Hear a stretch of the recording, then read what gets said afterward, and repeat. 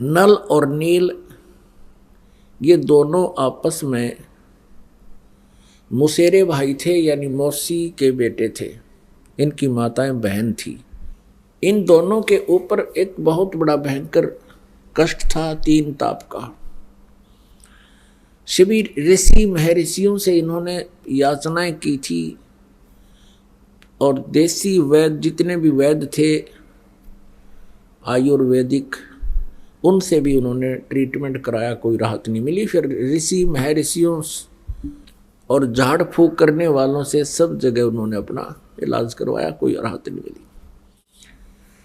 अब ऋषि महर्षियों ने, संतों ने ये बता दिया कि तुम्हारे ये प्रारब्ध में लिखा हुआ, तुम्हारे भाग्य में लिखा हुआ है, इसको कोई नहीं मिटा सकता। नल और नील तुम्हें आजीवन भोगना पड़ेगा। वो महादुखी थे।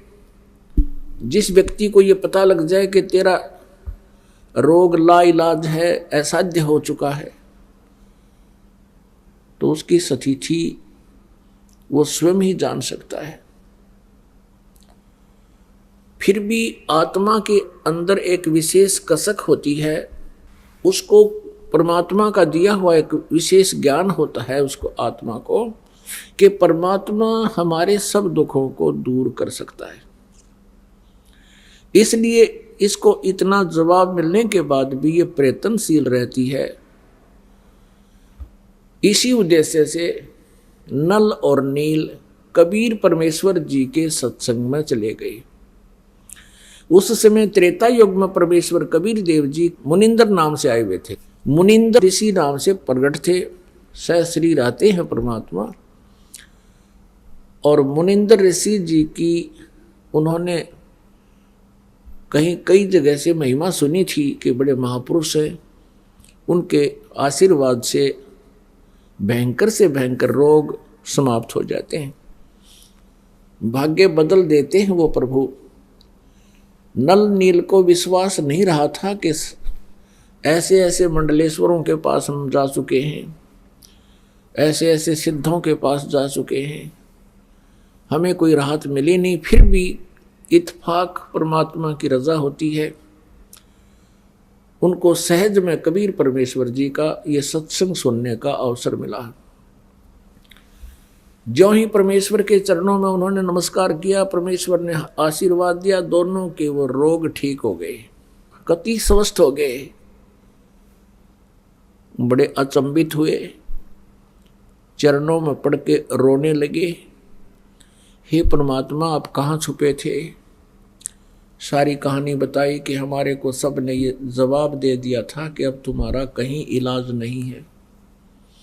हे परमेश्वर आपने बहुत दया करी हम दुखी दीनों पर। तब परमेश्वर ने कहा, बेटा ये तो एक कष्ट दूर हुआ है, आपके भाग्य में तो बहुत कष्ट हैं, असंख्य जन्मों से तुम जन्म और मर रहे हो। उसका परमानेंट ट्रीटमेंट ये है कि आप उपदेश लो हमारे से, अन्यथा और इससे भयंकर आपत्ति भी आप पर आ सकती है। अब नल नील ने कहा, भगवान हम आपके शिष्य, आप हमारे गुरु, हमें उपदेश दे दीजिए। परमेश्वर ने उपदेश दे दिया और कहा, बेटा सत्संग में आते हैं साधु संत भक्त, कोई रोगी बीमार, क्योंकि कबीर परमेश्वर के पास भी दुखी प्राणी ज़्यादा आते थे, कोई लंगड़े लूले, कोई अंधे गूंगे, कोई वृद्ध बीमार, तो कहते थे भगवान के भाई इनकी सेवा किया करो, परमात्मा की आत्माएं हैं। तो नल और नील वृद्धों के, बीमारों के बर्तन कपड़े साफ करने के लिए सत्संग के दौरान, सत्संग के दिनों में जब वो वहाँ आकर भंडारा होता था वहीं रुकते थे। दरिया के किनारे सत्संग हुआ करते थे, तो वो क्या करते थे, उनके बर्तन कपड़े ले जाते। पहले साबुन वगैरह होते नहीं थे, पहले कपड़े को बहुत देर तक जल में गीला करना पड़ता था और बर्तनों को भी ऐसे ही पहले पानी में भिगो दिया करते थे। तो दरिया के किनारे उन कपड़ों को वो दोनों कुछ पत्थर के नीचे दाब देते थे और जल में भिगो देते थे। ऐसे ही बर्तनों को पानी में डबो करके रख देते थे। वो सत्संग में सुने हुए चर्चाओं पर विचार करते थे, परमात्मा के द्वारा दिए गए वचनों पर विचार करते थे और फिर अपनी सतिथि पर भी वो प्रतिदिन जो है चिंतन करते थे, हमारी क्या बुरा हाल था, हमारा कोई जीवन नहीं था। नल नील आपस में बतलाते थे। परमात्मा आए हैं, जनता पता नहीं कब समझेगी, कहते हैं कोई मानता नहीं है। इस तरह की चर्चा वो किया करते थे। इतने में क्या होता कि कुछ तो कपड़े बह जाते पानी में जो वहाँ भिगो रखे थे, कोई बर्तन बह जाता था, उनको पता नहीं चलता। वो जितने भी शेष बचे होते उनको धो मांझ कर लाकर रख देते। किसी का कपड़ा नहीं, किसी का गिलास नहीं, किसी की थाली नहीं, क्योंकि सब अपने अपने बर्तन साथ लेकर जाते थे। तो वो कहने लगे, भाई हमारे बर्तन इतने लेकर गए थे, तुम वापस कम लाए हो, अब हम गरीब, हम कहाँ जाएं। कोई कहता हमारे वस्त्र ऐसे थे, आप वापस पूरे नहीं लाए हो। अब वो ये कहते कि हम तो जितने ले गए थे उतने ही लाए हैं। नल नील ये कहते थे कि जितने हम लेकर गए थे तो सभी ले आए, वहाँ कोई नहीं रहा है। जो जल में बह जाते थे उनका ज्ञान नहीं होता था।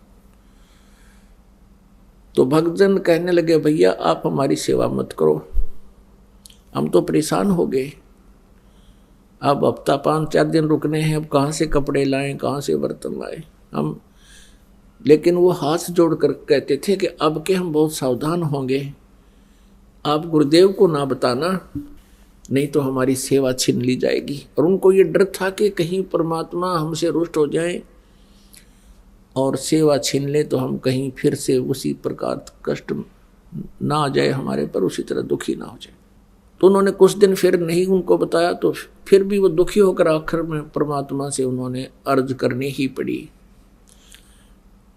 परमेश्वर मुनिंदर जी के सामने कहा कि गुरुवर, ये नल नील की इरादा तो है अच्छा कि ये सेवा करें, लेकिन भगवान ये हमारे वस्त्र ले जाते हैं। वहाँ देखने वालों ने बताया कि ये वहाँ बैठ कर के परमात्मा की चर्चा करने लग जाते हैं, कपड़े और बर्तन दरिया में बह जाते हैं। हमारी इतनी अर्ज है, इनसे प्रार्थना, इनसे आदेश दे दो, ये हमारे वस्त्र और कपड़े ना ले जाओ, हम अपने आप कर लेंगे जैसा हमसे बनेगा। इनका इरादा गलत नहीं प्रभु,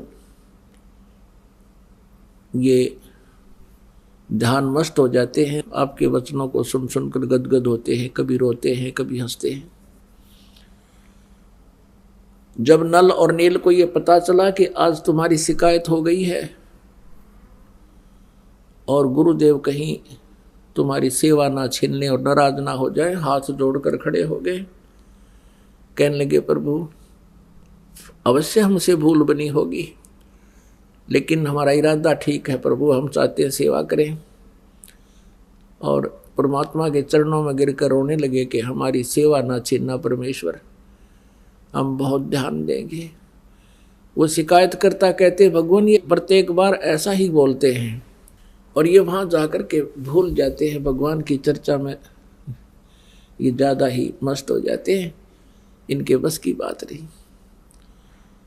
तब परमात्मा ने देखा और कहा कि बेटा तुम्हारी सेवा नहीं छीनते, खूब सेवा करो।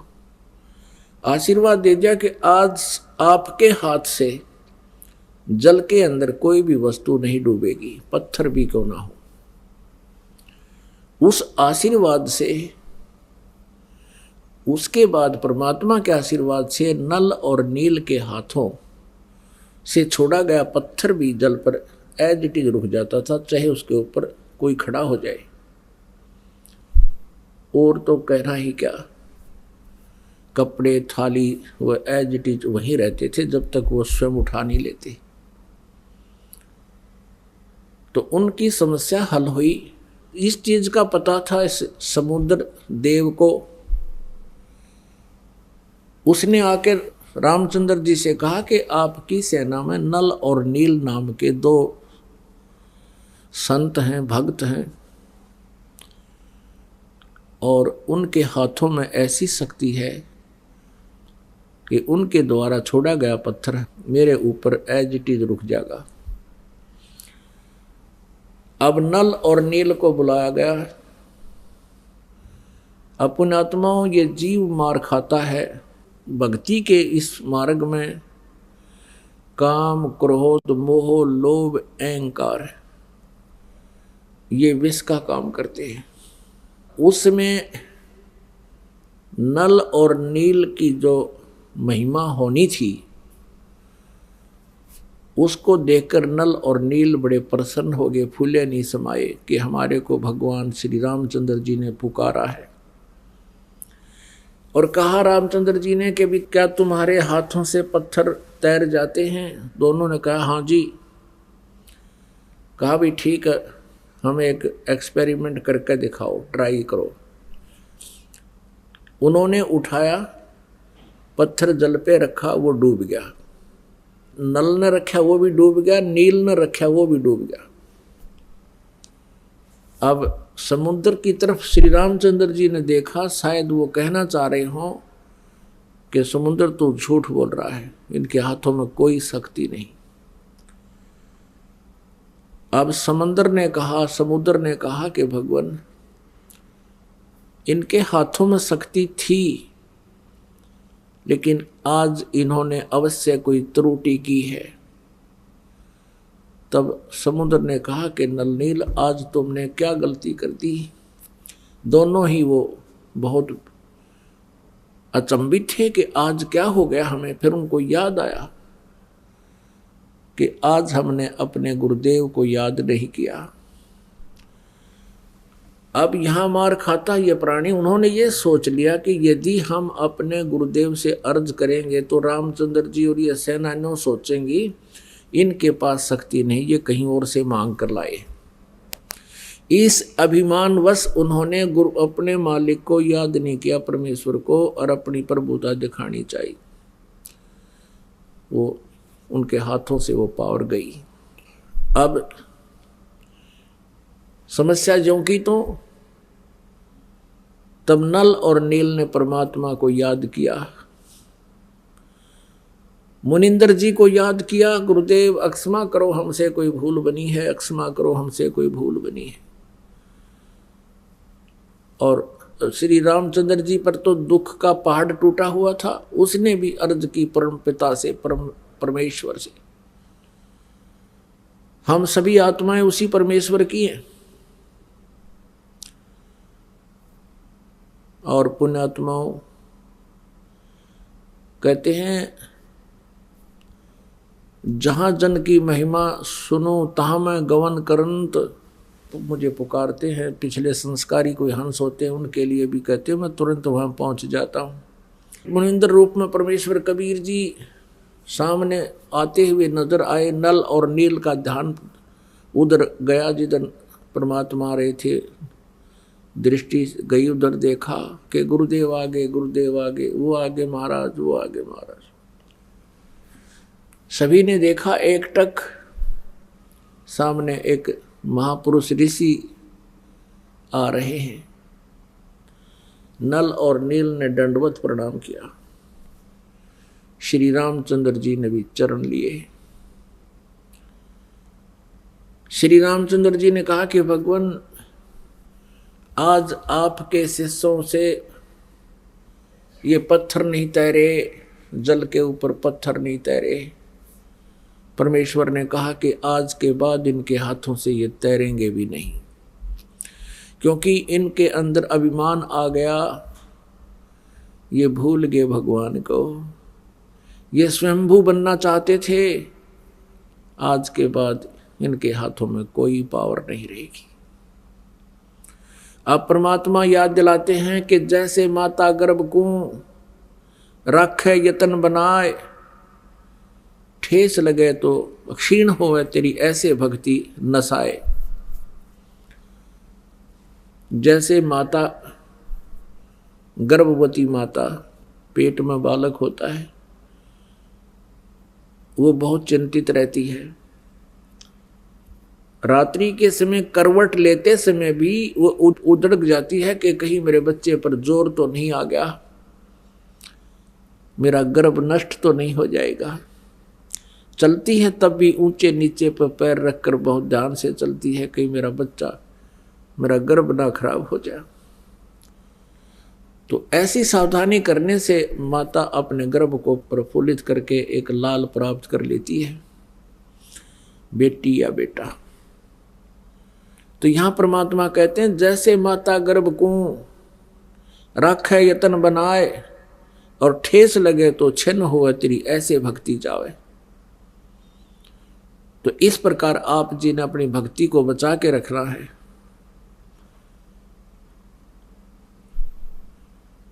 काम क्रोध मोह लोभ अहंकार ये इसके शत्रु हैं।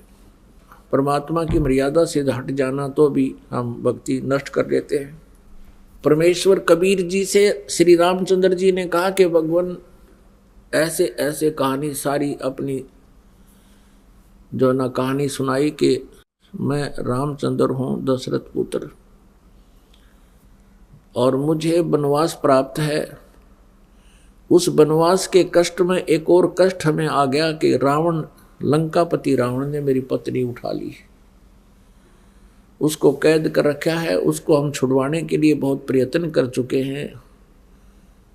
हमने बहुत शांति दूत भेजकर भी प्रार्थना की है पर वो मानता नहीं।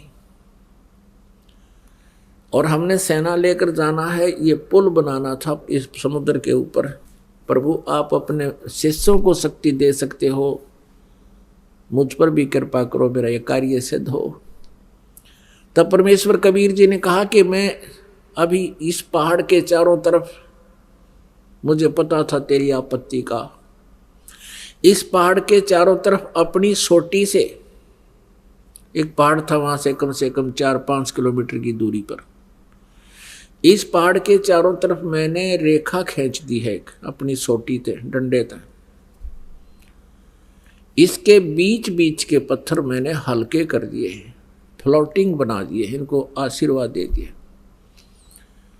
और इस पहाड़ से जितना तुम बना सकते हो पुल बना लो। एक्सपेरिमेंट के लिए हनुमान जी को भेजा, वहां लाया, वहां से पहाड़ पत्थर उठा के उसको पटक दिया, वहां पर वो कई टुकड़े हो गया। उनको उठा करके फिर नल और नील में एक और कारीगरी थी, एक विशेषता थी, वो शिल्पकार भी थे।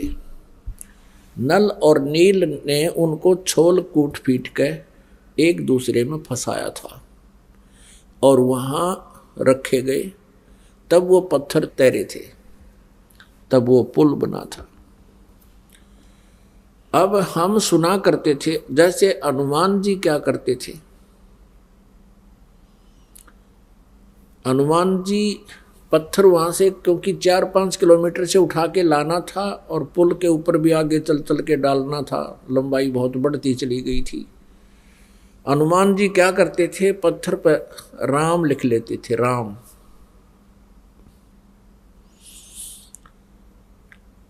और स्वयं भी अपना मंत्र जाप करते हुए चल पड़ते थे। अपने आत्मा हनुमान जी श्री रामचंद्र जी को एज ए राम नहीं पूजा करते थे, क्योंकि जिस समय सुग्रीव को हनुमान जी मिले थे उस समय वो पहले ही राम राम जप रहा था। तो वो उनका एक नित्य नियम था। कबीर साहब कहते हैं आप राम कहे ओरा राम कवावे, और जिस मुख राम ना उचरे ता मुख फेर कवावे। जैसे हम बोलते हैं सत साहिब, तो सामने वाला भी कहेगा सत साहिब। सत साहिब का अर्थ होता है अविनाशी परमात्मा। राम कहो साहिब कहो। अब पहले राम राम बोलते थे तो सामने वाला भी राम राम बोलता था। जैसे कोई कहता था चाचा राम राम, तो वो 2-3-4 बार बोल जाता राम राम राम राम राम राम भाई राम राम। तो ऐसे इस उद्देश्य से हनुमान जी लिख लेते थे राम, और जो भी वो मंत्र जाप करते थे सामने वाला भी कोई पढ़ता वो भी समझ जाता कि राम शब्द लिखा है, राम का अर्थ है राम राम। यानी अपने मंत्र को जाप करते रहो, भगवान को याद रखो, वो लिखने का उद्देश्य ये था। और कोई यूँ कहे कि हनुमान ने श्री राम नाम लिख दिया इसलिए पत्थर तिर गए, हनुमान जी वहीं थे, श्री राम वहीं थे। अब पहले हम क्या सुना करते थे कि श्री रामचंद्र जी ने पुल बना दिया समुद्र पर। कभी हम सुनते थे कि नल नील ने पुल बना दिया। नल नील को एक ऐसी शक्ति थी, उनके हाथों से पत्थर तैर जाया करते। फिर हनुमान जी ने राम नाम लिख दिया इसलिए पत्थर तैर गए। कोई सिर पैर नहीं था इन बातों का, ये लोक वेद था। यदि नल नील के हाथों में पावर थी और उसने तैर गए थे तो हनुमान जी ने राम नाम लिखने की क्या जरूरत पड़गी। फिर श्री रामचंद्र जी का क्या सहयोग रहा उसमें, पुल के बनाने में कौन सा आशीर्वाद रह गया उनका, जो वो तो आप याचना कर रहे थे समुद्र से। तो पुण्यात्माओं कहते हैं जगत का पेखना पेख्या धनी का नाम ना लेखा। जगत का पेखना पेख्या धनी का नाम ना लेखा। कि धनी माने उस समर्थ भगवान का तो कितने जिक्र भी नहीं। जगत का पेखना पेख्या के उसने न्यू कर दिया। हनुमान ने राम नाम लिख दिया, पत्थर तिर गए। नल नील के हाथ में शक्ति थी, पत्थर तिर गए। रामचंद्र जी ने पत्थर तिरा दिए। कहते हैं जगत का पेखना पेख्या, एक दूसरे को तुम करे उसने ऐसे कर दिया। जिसने ये किया उसका जिक्र भी नहीं। धनी का कितना नाम ना लेखा।